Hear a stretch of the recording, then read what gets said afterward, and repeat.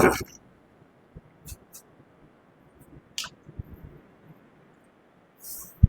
Students, welcome back to our YouTube channel. देखिएगा, आज हम बात करने वाले हैं बहुत ही इंपॉर्टेंट टॉपिक के बारे में। और पहले हमने इसको लिख के रखा भी है। कक्षा 11वीं का ये बहुत ही महत्वपूर्ण क्वेश्चन है जो फिजिक्स में आपका चैप्टर नंबर 2 होता है, सरल रेखा में गति, यानी मोशन इन प्लेन लाइन। ठीक है, sorry, motion in straight line. अब देखिएगा, इसमें इस चैप्टर की शुरुआत सबसे पहले होती है आपकी दूरी, विस्थापन, वेग, चाल, त्वरण। इन सबको पढ़ने के बाद अगर आपको इस चीज का ज्ञान हो जाता है तो ये बहुत ही इंपॉर्टेंट क्वेश्चन आता है कक्षा 11वीं में। यहाँ तक कि लेवल आपके सभी के लिए इंपॉर्टेंट हो सकता है आगे चल के। गति के समीकरण को ग्राफ विधि द्वारा, गणितीय विधि द्वारा तथा अवकलन समाकलन विधि द्वारा निगमित कीजिए।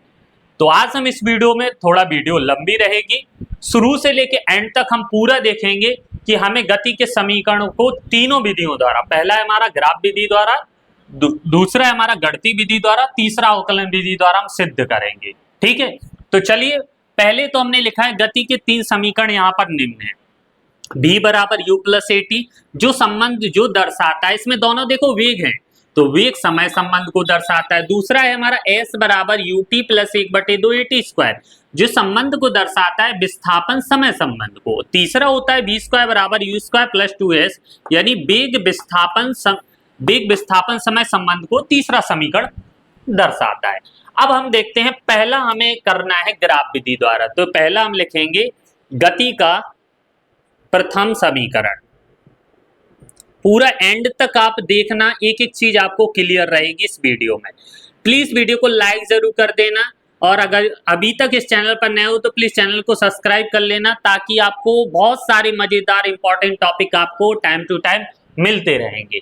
देखिए, गति का प्रथम समीकरण लिखा है, यहां पर लिख देंगे ग्राफ विधि द्वारा। ठीक है, तो ग्राफ विधि द्वारा पहला समीकरण हम प्रूव करते हैं। अब यहाँ पर गति का पहला समीकरण है। अब यहाँ पर ये दिख रहा है आपको ग्राफ दिख रहा है कि माना कोई एक वस्तु, ये हमारा देखो 2 अक्ष बनाए हमने, ये हमारा हो गया x अक्ष और ये हो गया y अक्ष। यहाँ पर हमारा मूल बिंदु कहलाता है 0, 0, यानी अगर हमारा t बराबर 0 पर हमने लिखा कि कोई वस्तु जो u वेग से गतिमान है और t समय पश्चात उसका अंतिम वेग क्या हो जाता है, v हो जाता है, तो वही हमने इसको इससे मिला दिया और इसको इससे मिला दिया, यहाँ पर एक सीधी रेखा चली गई। तो ये कहलाता है हमारा समय और ये हमारा पूरा कहलाता है वेग। ठीक है, तो वही हमने ग्राफ बनाया कि ये समय हो गया, ये वेग हो गया, यानी वेग समय ग्राफ। और वेग समय ग्राफ में जो एक सीधी रेखा प्रदर्शित करती है वो प्रदर्शित होती है त्वरण को। ठीक है, यानी स्लोप को। तो यहां पर हम लिखेंगे वस्तु का त्वरण बराबर वस्तु का त्वरण स्मॉल a बराबर वेग समय ग्राफ पर सरल रेखा AB का ढाल। ठीक है, वेग समय ग्राफ पर ये वेग, देखो वेग समय ग्राफ पर सरल रेखा ये जो AB जा रही है इसका ढाल। और तुमने ढाल पढ़ा है, स्लोप जो हमने इसको सिद्ध भी कराया है कि ये बराबर जो हमारा होता है ढाल को प्रदर्शित करते हैं tan थीटा से। कक्षा 11वीं गणित में पढ़ोगे, जो tan थीटा यानी स्लोप m प्रवणता होती है, सरल रेखा का समीकरण होता है y बराबर mx प्लस c, जहां पर m हमारा सरल रेखा, जिसको हम y2 minus y1 upon x2 minus x1 बराबर, इसको हम tan थीटा भी लिख देते हैं। ठीक है, ये सरल रेखा का हमारा समीकरण होता है, तो e बराबर tan थीटा लिख दिया। अब चूंकि यहां पर हमारी वस्तु गति कर रही है त्वरण से, तो फिर हम लिखेंगे, अब हमें चाहिए tan थीटा। तो इधर देखिएगा tan थीटा की वैल्यू कैसे निकलेगी, tan थीटा यानी स्लोप प्रवणता कहला रहा है, तो हम लिखेंगे समकोण त्रिभुज ABC में। तो यहां पर लिखेंगे समकोण त्रिभुज ABC में। अब ये हमारा समकोण त्रिभुज मिल रहा है, यानी राइट एंगल मिल रहा है, तो राइट एंगल की शर्त क्या होती है, tan थीटा, हमें चाहिए tan थीटा। tan थीटा बराबर क्या होता है, लंब बटे आधार। देखिएगा यहाँ पर ये हमारा प्रारंभिक वेग u है, अंतिम वेग भी है, तो ये हमारा क्या बचेगा बेस, v माइनस u, यानी पहले वाले लंबे वाले वेग से छोटा वाला वेग घट जाएगा, अंतिम में से प्रारंभ, तो v माइनस u। अब ये हमारा समय जो टी है तो ये भी हमारा टी होगा। तो हमारा टेन थीटा बराबर समकोण त्रिभुज एबीसी में लंब बटे आधार परपेंडिकुलर अपॉन बेस, और परपेंडिकुलर क्या है बीसी और बेस क्या है हमारा एसी। तो यहाँ पर टेन थीटा बराबर हमारा हो जाएगा, बीसी की वैल्यू है v माइनस यू, इधर लिख सकते हो बीसी बराबर v माइनस यू और एसी बराबर हमारा टी, तो इधर लिख देंगे टी। अब इसको दे देंगे समीकरण नंबर 2। समीकरण 1 तथा 2 से, समीकरण 1 व 2 से, तो देखो यहां पर टेन थीटा, यहां पर भी टेन थीटा, तो ये बराबर लिख सकते हैं v माइनस यू बटे टी, तिर्यक गुणा कर दो तो ए टी बराबर v माइनस यू और v बराबर हमें क्या मिल गया u प्लस ए टी। यही गति का हमारा क्या होता है प्रथम समीकरण होता है। आई होप कि चीजों समझ में आ गया होगा। यानी सीधी बात, हमें प्रथम समीकरण त्वरण से वस्तु ए बी का ढाल आ जाएगा टेन थीटा, और टेन थीटा की यहाँ से वैल्यू निकाल लेंगे लंब बटे आधार और रख देंगे तो हमारा गति का प्रथम समीकरण सिद्ध हो जाएगा। अब इसको हम गणितीय विधि द्वारा सिद्ध करते हैं, ये तो हो गया हमारा ग्राफ विधि द्वारा। अब हम इसको प्रूव करते हैं गणितीय विधि द्वारा। तो इसको नोट डाउन करना है तो नोट डाउन कर लो, या इसके स्क्रीनशॉट लेना है तो स्क्रीनशॉट ले सकते हो, फिर हम इसको रब करते हैं। चलिए अब हम करते हैं इसको गणितीय विधि द्वारा।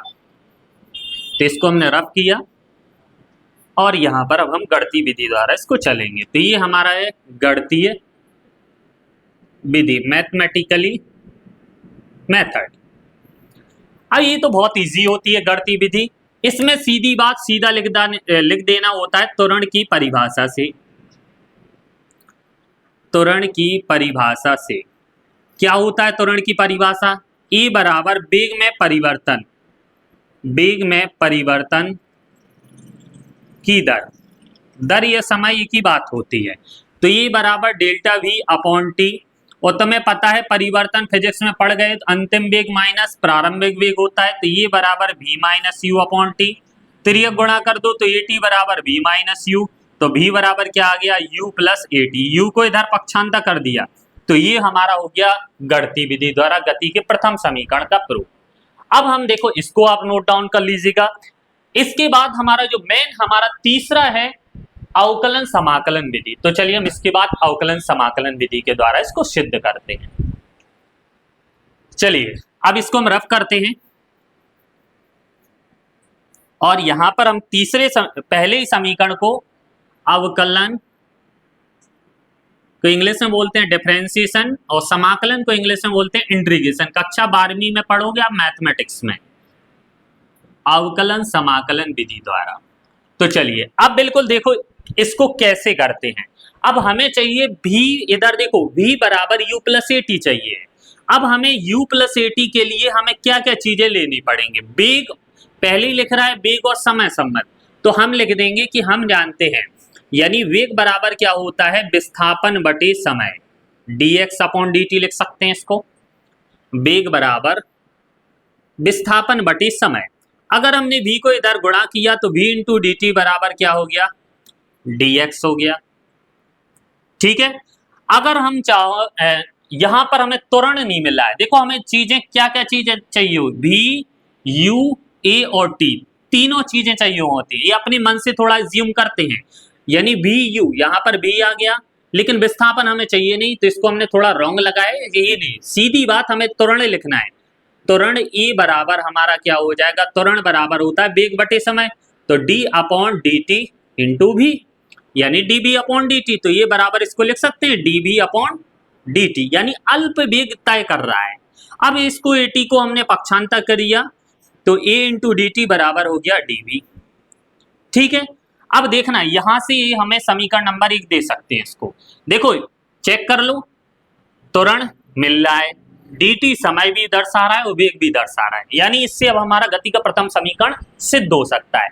यहां पर देखना, अब चित्र में आते हैं, इसमें इसी चित्र से समझ लेते हैं। अब दोनों साइड हमें इंटीग्रेशन लेना है। यहां पर देखो t है और यहां पर वेग है, तो समय और वेग के साथ चलेंगे, तो लिखेंगे दोनों ओर समाकलन लेने पर, समाकलन लेने पर, ये तो हमने डिफरेंशिएशन से लिख दिया। समाकलन लिया तो integration a into d t बराबर हमारा इंटीग्रेशन 1 इंटू डी वी। अब यहां पर लिमिट देखेंगे, देखो t बराबर 0 पर, t बराबर 0 पर यहां पर देखिएगा वेग चाहिए, तो वस्तु का वेग क्या था, प्रारंभिक वेग u, तो यहां पर लिख देंगे u। t बराबर 0 पर वस्तु का प्रारंभिक वेग क्या था, u बराबर हमारा v बराबर क्या है u। अब देखो t समय पश्चात 0 से कहां चला, इधर तक, t समय पश्चात अंतिम वेग क्या हो गया, उसका v हो गया, तो t समय पश्चात उसका अंतिम वेग क्या हो गया v, तो इधर t समय पश्चात उसका अंतिम वेग हो जाएगा v। यहां पर ये लिमिट ले ली।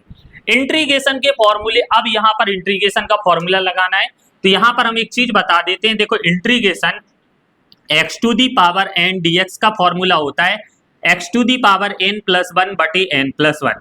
इंटीग्रेशन 1/1 इंटू डी एक्स का फॉर्मूला होता है x, ठीक है। और अगर इंटीग्रेशन a टू b और function f of x dx यानी निश्चित समाकलन में मिले तो ये हो जाता है f of b upper limit minus lower limit, इनको आपको याद करना है। फिर ठीक है, अब इसको हम समाकलन को प्रूव करते हैं, तो देखिएगा यहां पर dt लिखा है, तो उसके बगल में भी हमें कोई उसका छोटा फंक्शन चाहिए होता है t, और नहीं है तो कांस्टेंट करके बाहर भेज दो, तो a 0 to t 1 into d t, इधर देखो u to v 1 into d v.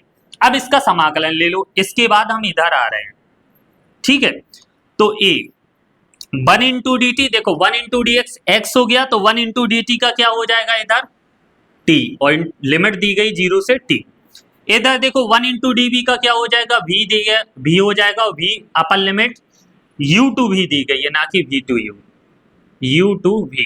अब ये वाला हमारा फॉर्मूला लग जाएगा तीसरा वाला, तो इधर आ जाएगा अपर लिमिट t है, माइनस का देखो फॉर्मूले से लोअर लिमिट 0 हो जाएगी, इधर v का मान एक बार v रखेंगे तो v, और माइनस लोअर लिमिट एक v का मान क्या है u। इसका मतलब यही होता है, एक इंसान है, इसके दो कपड़े हैं, पहले लाल कलर का पहन रहा है तो लाल माइनस, फिर काले कलर का पहन रहा है, तो upper limit minus lower limit, तो at बराबर हमें मिला v माइनस u, पक्षांतर कर देंगे तो v बराबर क्या आ गया u प्लस at।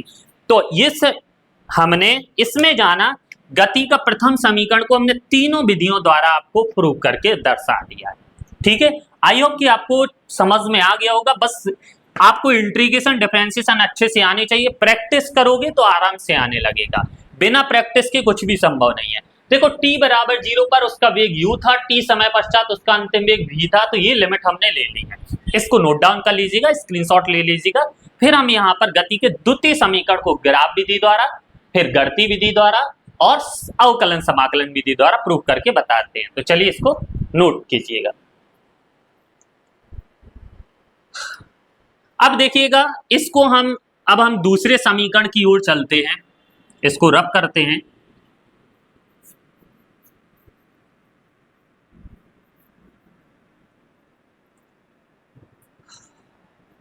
गति का द्वितीय समीकरण जो होता है s बराबर u t plus 1/2 at square को हमें प्रूव करना है, तो पहले हम प्रूव करेंगे ग्राफ विधि द्वारा, ठीक है। तो पहले लिख देंगे ग्राफ विधि द्वारा, थोड़ा वीडियो लंबी रहेगी, पूरा एंड तक जरूर देखना है आपको, ग्राफ विधि द्वारा। चलिए अब देखिएगा ग्राफ विधि में, ग्राफ में आ जाते हैं। वस्तु t बराबर 0 पर इधर थी, t हमारा विस्थापन, तो पहले ये देख लेते हैं समय विस्थापन और समय लेना है हमें, क्या क्या कौन सा संबंध है हमारा, विस्थापन और समय संबंध, यानी s और t, यानी x और t वाला रिलेशन लेना है। तो xt में हम फिर यहां से भाषा लिखेंगे कि वस्तु 0 से t समय तक चलने में तय किया गया विस्थापन, 0 से t समय तक चलने में तय किया वो विस्थापन कितना हो जाएगा उसका विस्थापन, यानी अगर हम इसको मान लें x मान लें या s मान लें, अभी हम s बराबर x अज्यूम कर लेते हैं, तो x मान लिया। देखो आपने वेग समय ग्राफ पढ़ा है, इसको प्रूव भी किया होगा कि जब वेग समय ग्राफ से समय अक्ष से जो घिरा क्षेत्रफल होता है वो प्रदर्शित करता है विस्थापन को। ठीक है, यानी वेग समय ग्राफ पर जो समय अक्ष से घिरा क्षेत्रफल, समय अक्ष पर कौन चल रहा है, ये पूरी जितना एरिया है पूरे एरिया में चल रहा है। जैसे हमारा एक कमरा है, वो कमरे में अगर हम कहीं इसका पैरामीटर हमें निकालना है तो हम क्या कहेंगे, यहाँ से इस साइड को जाएंगे, यहाँ से इधर जाएंगे, यहाँ से यहाँ, चारों तरफ को उसको घेरे हुए रहेंगे। तो क्या लिखा हमने, वस्तु 0 से t समय तक चलने में तय किया गया विस्थापन बराबर वेग समय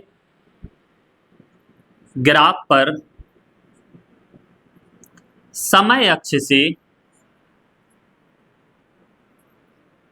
घेरा क्षेत्रफल। ठीक है, अब देखो यहां से प्रूव करते हैं, यानी हमने x बराबर माना है विस्थापन को, या x की जगह ऐसी ले लो, यहां पर हमने कहा इसका विस्थापन s है तो ये ऐसी ले लिया, चलो हम बाद में एज्यूम नहीं करेंगे, ऐसी ले लिया s बराबर। अब देखो केवल इधर चित्र में देखना है, ग्राफ में समय अक्ष से घिरा क्षेत्रफल, यानी देखो 0 a b d पूरा एरिया ये कवर कर रहा है। आपको गणित में देखते हुए पता चल रहा है ट्रिपेजियम, ये समलंब चतुर्भुज बन रहा है।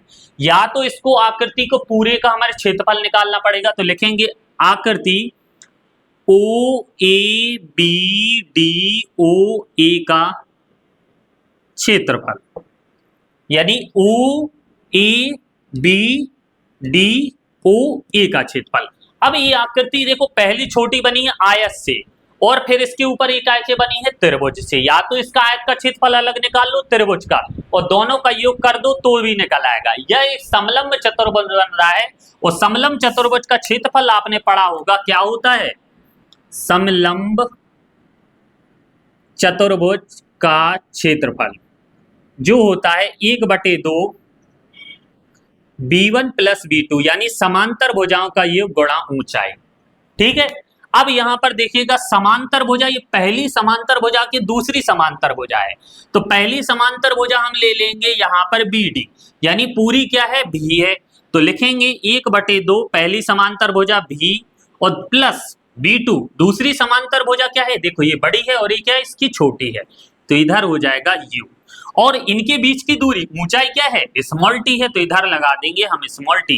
या तो आप समलंब चतुर्भुज के क्षेत्रफल से निकाल लीजिएगा, या देखो आयत का क्षेत्रफल क्या होता है लंबाई गुणा चौड़ाई, इसकी लंबाई हम क्या है u है और चौड़ाई क्या है t है, प्लस त्रिभुज का क्षेत्रफल क्या हो जाएगा 1/2 आधार, आधार को माना हमने इधर त्रिभुज का ये आधार है और ये ऊंचाई है, कोई भी मान लो, आधार गुणा ऊंचाई यानी v minus you into T, ऐसा भी कर सकते हैं आप। ठीक है, तो इस तरीके से भी आप लगा सकते हैं, आंसर आपका एक ही आएगा। अब देखो 1/2 v plus you into T, इधर बस देख लेना, क्योंकि दूसरा और तीसरा समीकरण इसी से बिल्कुल सिमिलरिटी रहेगा। अब यहां पर हम देखिएगा वेग आ गया, समय आ गया, लेकिन हमें यहाँ पर त्वरण और चाहिए है इधर ही, तो हम इधर लिख देंगे v बराबर, यहां पर नीचे देखो एक मिनट, v बराबर u प्लस ए टी। ठीक है, या v बराबर u प्लस ए टी, इसके जगह हम लिख देते हैं, तो यहां पर हमारा क्या आ जाएगा s बराबर 1/2, इधर हो जाएगा u plus a T plus u और बाहर t का गुणा किया, तो s बराबर 1/2, इधर क्या हो गया 2u plus a t into T. तो इधर देखो s बराबर हमारा अगर हम अलग अलग कर दें 2u/2 प्लस ए टी/2 और बाहर हमारा t का गुणा है, तो s बराबर 2 से 2 कट गया, ये आ गया ut plus 1/2 A T square. तो ये हो गया ग्राफ विधि द्वारा गति के द्वितीय समीकरण का निगमन। आई होप कि आपको ये चीज हमारी पूरी क्लियर हो गई होगी। या आप इस तरीके से भी निकाल सकते हो, जैसा हमने बताया आयत का क्षेत्रफल यहाँ पर लंबाई गुणा चौड़ाई ut आ जाएगा, और त्रिभुज का 1/2 आधार हमारा है v माइनस यू, और यहाँ पर हमारा क्या कहते हैं आधार गुणा ऊंचाई को आना ना माना हमने t, तो इससे भी करोगे तब भी हमारा निकल के आ जाएगा विस्थापन। ठीक है, तो ये था, आपको इसको नोट डाउन कर लीजिएगा। अब हम दूसरी विधि हम मैथमेटिकल मेथड गणितीय विधि द्वारा इसको प्रूव करते हैं, तो नोट डाउन कर लीजिएगा इसको। चलिए अब हम करते हैं इसकी दूसरी विधि जो आपकी है गणती विधि, मैथमेटिकली मेथड। तो इसको रफ करते हैं। अब यहां पर गति के द्वितीय समीकरण s बराबर ut प्लस 1/2 at स्क्वायर को हम प्रूव करेंगे कौन सी विधि द्वारा? गणती विधि द्वारा।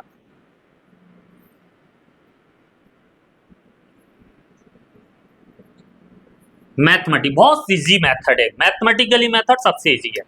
अब देखो इस कोई वस्तु, यहां पर भाषा लिख सकते हैं, माना कोई वस्तु जो प्रारंभ में u वेग से गतिमान है, t समय पश्चात उसका अंतिम वेग क्या हो जाता है? v हो जाता है, लिख सकते हो। तो हमारा फिर हम यहां से लिखेंगे, भाषा आप लिख लेना, औसत वेग।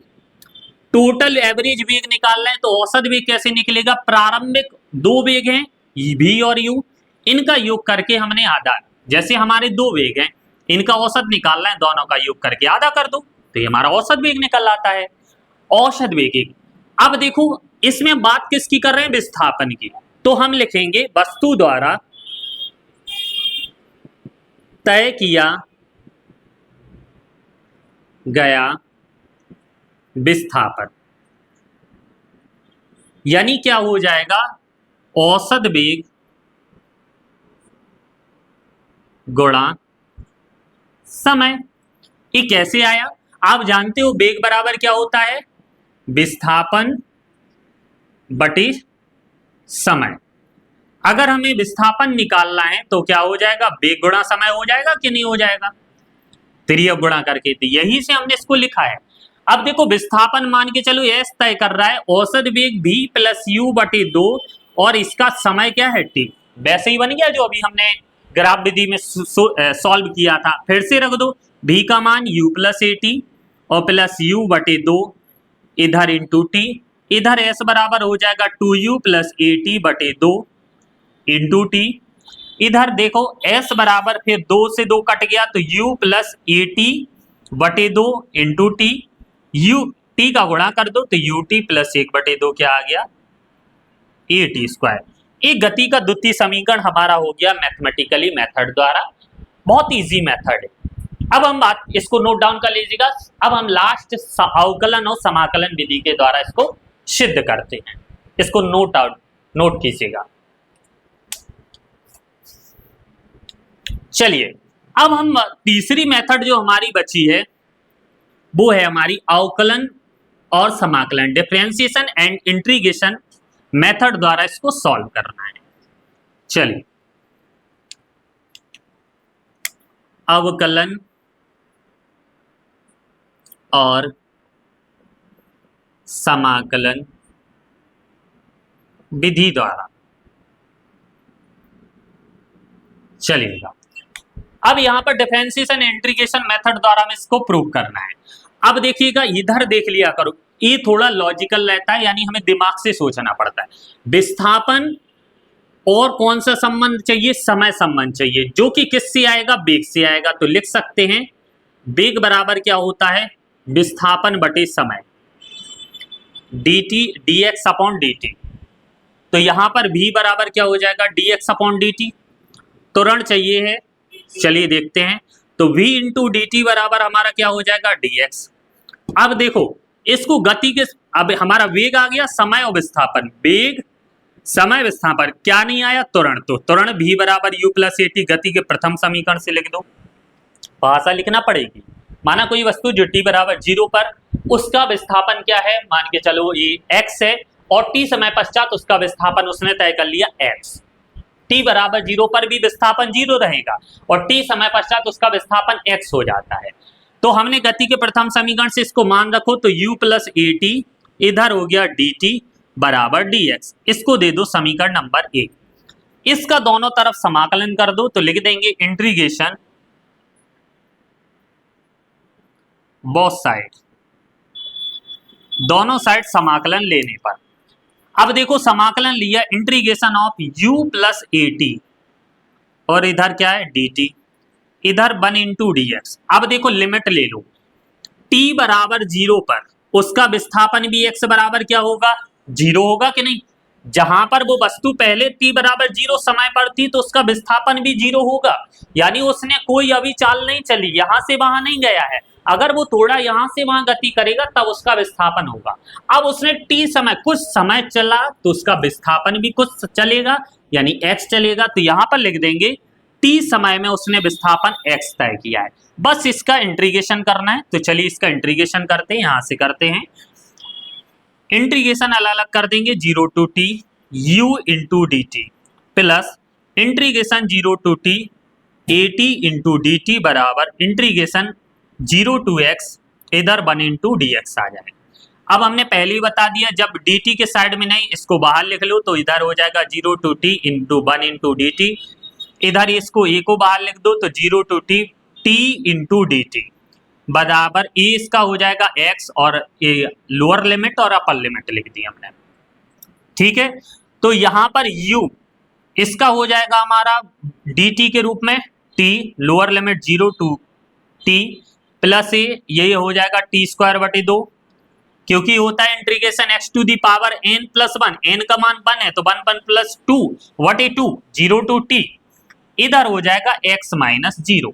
तो इधर आया हमारा u t माइनस 0, इधर एक बटे 2 को बाहर, अगर हमने नहीं लिखा तो एक को बाहर टी स्क्वायर बटे 2, इधर हो जाएगा 0, और x बराबर हमने s माना था तो इधर s लिख दो, तो u t प्लस 1 बटे 2 क्या आएगा, ए टी स्क्वायर बराबर s। तो यही गति का दूसरा समीकरण हमारा लास्ट मेथड समाकलन विधि द्वारा सॉल्व हो गया।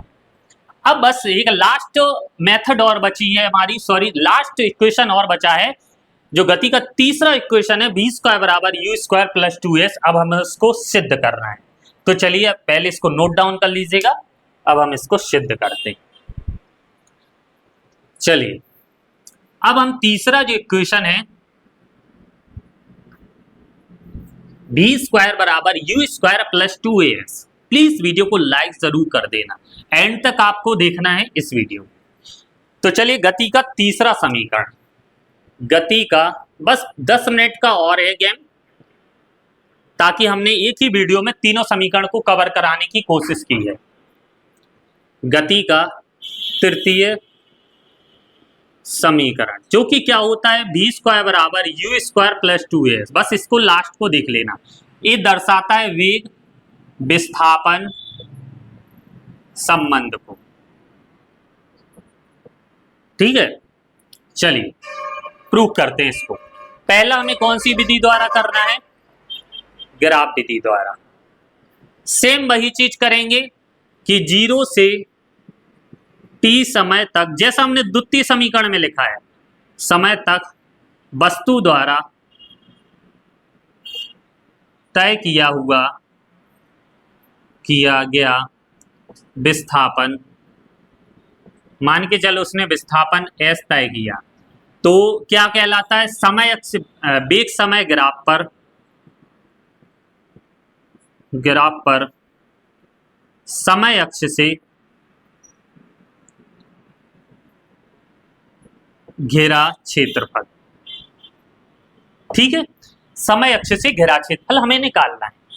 तो अब 0 से t समय तक विस्थापन हमारा s है, वही चीज हमारी क्या हो जाएगी, वेग समय ग्राफ पर समय अक्ष से घेरा क्षेत्रफल, यानी आकृति पूरे का क्षेत्रफल।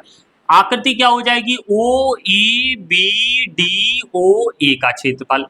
फिर से किसका, हमें ट्रेपेजियम यानी समलंब चतुर्भुज का क्षेत्रफल निकालना है। क्या होता है, 1/2 b1, यानी पहली समांतर भुजा क्या है, पूरी बड़ी वाली, यहां से लेके यहां तक की इसकी पूरी की लंबाई है b, ध्यान रखना।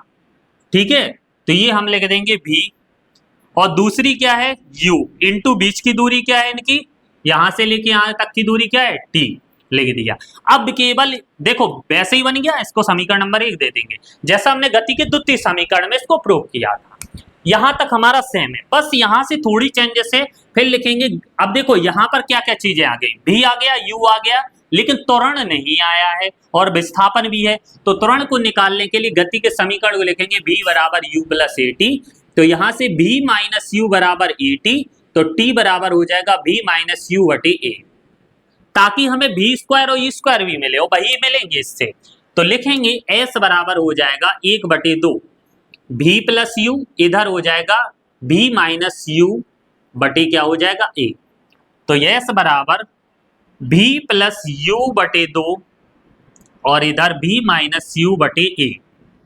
तो ऊपर a plus b a minus b का होल स्क्वायर बन गया, तो b square minus u square, नीचे बचा 2a, तिरिया गुणा कर दो तो 2as बराबर b square minus u square. यही हमें शायद इसको पक्षांतर कर दो तो बी स्क्वायर बराबर यू स्क्वायर प्लस 2as।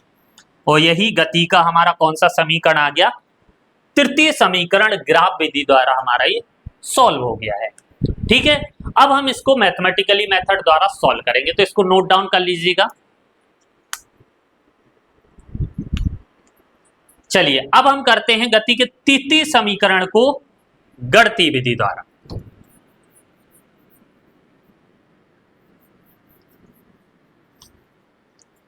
लिखेंगे यहां पर गणितीय विधि।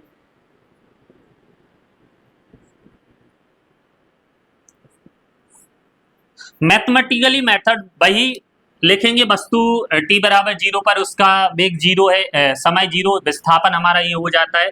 तो फिर से लिखेंगे प्रारंभिक वेग अंतिम वेग यानी औसत वेग क्या हो जाएगा v प्लस यू बटे 2। समीकरण 1 दे देंगे, विस्थापन बराबर विस्थापन यहां से s बराबर क्या हो जाएगा औसत वेग गुणा समय।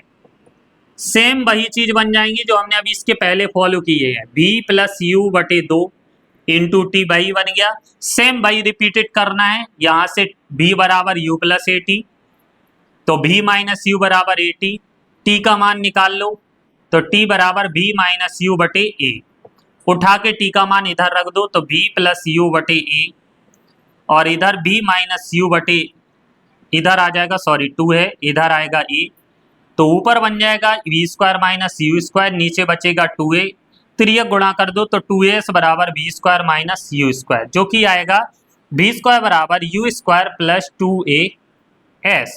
और यही हमें मैथमेटिकली मेथड में गति के तृतीय समीकरण को प्रूव करना है। ठीक है, समझ में आ गया होगा, इसको नोट डाउन कर लीजिएगा। इसके बाद लास्ट हमारी जो बची है अवकलन समाकलन वीडियो, बस वीडियो को एंड करेंगे, नोट कीजिएगा। चलिए अब हम तीसरी जो मेथड बची है अवकलन समाकलन, बस थोड़ा इसको समझ लेना, थोड़ा ये ट्रिकी है, ठीक है ना। अवकलन बा समाकलन विधि, यहां से इसकी शुरुआत करते हैं, थोड़ा ही लंबा होगा तो वही फॉलो करेंगे हम। अब देखो हमें चाहिए भी यू ए एक्स, ठीक, तो हम लिखेंगे, अब देखो यहां पर हम ऐसा क्या लिखें कि हमें त्वरण भी मिले वही मिले, यानी ए बराबर त्वरण बराबर लिख सकते हैं वेग बटे समय, dv अपॉन dt। त्वरण मिल गया, वेग समय, लेकिन क्या नहीं मिला विस्थापन, तो विस्थापन का ऊपर नीचे हमने क्या कर दिया गुणा। इसको अगर आप चाहो तो देखो dx को इधर लिख दो, क्योंकि 1/2 गुणा 3/3 को हम 1/3 गुणा 3/2 भी लिख सकते हैं, 3/6 इसका आएगा, 3/6 आएगा सेम।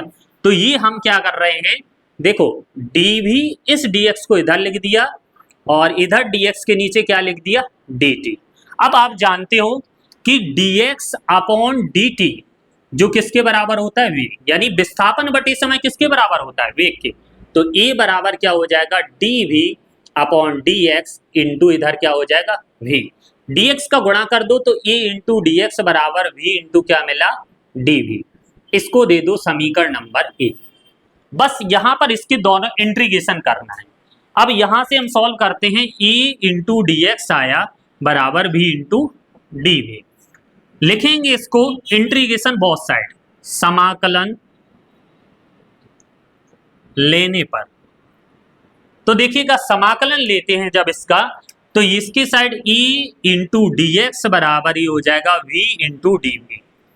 अब देखो इधर हमारा विस्थापन और वेग, वही पढ़ रहे हैं विस्थापन और वेग समय संबंध, तो यहां पर देखिएगा विस्थापन x बराबर 0 पर वस्तु का वेग क्या था u, तो 0 पर उसका वेग क्या था u, और x यानी हमारा t, उसने विस्थापन t समय चला यानी x चला, x विस्थापन उसका अंतिम वेग क्या हो गया v। लिमिट समझ में आ गई, यानी t बराबर 0 पर विस्थापन 0 था, तो x बराबर 0 पर उसका प्रारंभिक वेग क्या है u है। t समय पश्चात चला तो उसका अंतिम वेग क्या हो गया, v लिख दिया। अंदर लिख दो a इंटू डी एक्स बराबर हमारा v इंटू डी वी। इसको सॉल्व करते हैं, हमने कहा था जो भी कांस्टेंट dx के साइड में x मिलना चाहिए, नहीं है बाहर लिख दो। 0 into x 1 into d x बचा, इधर हमारा इसका हो जाएगा u v into d v. इसका करोगे तो x आएगा 0 टू x, तुरंत हमारा बाहर है, और इधर इसका हो जाएगा v स्क्वायर बटे 2 और हमारा u टू v चल रहा है। अब देखिएगा e हमारा x माइनस 0 हो जाएगा, यानी upper limit minus lower limit बराबर, इधर अपर लिमिट एक बराबर v लिखेंगे तो v स्क्वायर बटे 2 माइनस एक बार u लिखेंगे तो u स्क्वायर बटे 2। ex बराबर हो जाएगा v square minus u square बटे 2, तो इसको गुणा किया तो 2x बराबर v square minus u square, और x विस्थापन हमने क्या माना s, तो 2as बराबर मिला v square minus u square, तो v स्क्वायर बराबर क्या मिलेगा, v स्क्वायर बराबर u स्क्वायर प्लस 2as, और यही गति का हमारा तृतीय समीकरण है। तो धन्यवाद। इस वीडियो में हमने चीजों को जाना, गति का प्रथम समीकरण, गति का द्वितीय समीकरण और गति का तृतीय समीकरण को तीनों विधियों द्वारा हमने प्रूव किया है इस वीडियो को, ग्राफ विधि द्वारा, गणितीय विधि द्वारा, अवकलन और समाकलन विधि द्वारा। आई होप की वीडियो से आपको एक एक चीज क्लियर हो गई होगी। अगर आपको कोई भी इस चीज में सवालों में इन डेरिवेशन में डाउट है तो आप हमें कमेंट्स कर सकते हैं। प्लीज हमारी इस मेहनत को, एक वीडियो को लाइक कीजिएगा, चैनल पर अगर अभी तक नए हो सब्सक्राइब कीजिएगा, और आपको किस टॉपिक पर फिजिक्स में कंफ्यूजन हो रहा है, यानी किस में प्रॉब्लम जा रही है, तो आप कमेंट में बताइएगा, हम उस पर आपके लिए वीडियो जरूर बना देंगे। तो प्लीज मिलते हैं नेक्स्ट वीडियो में, तब तक अपना ख्याल रखें, धन्यवाद।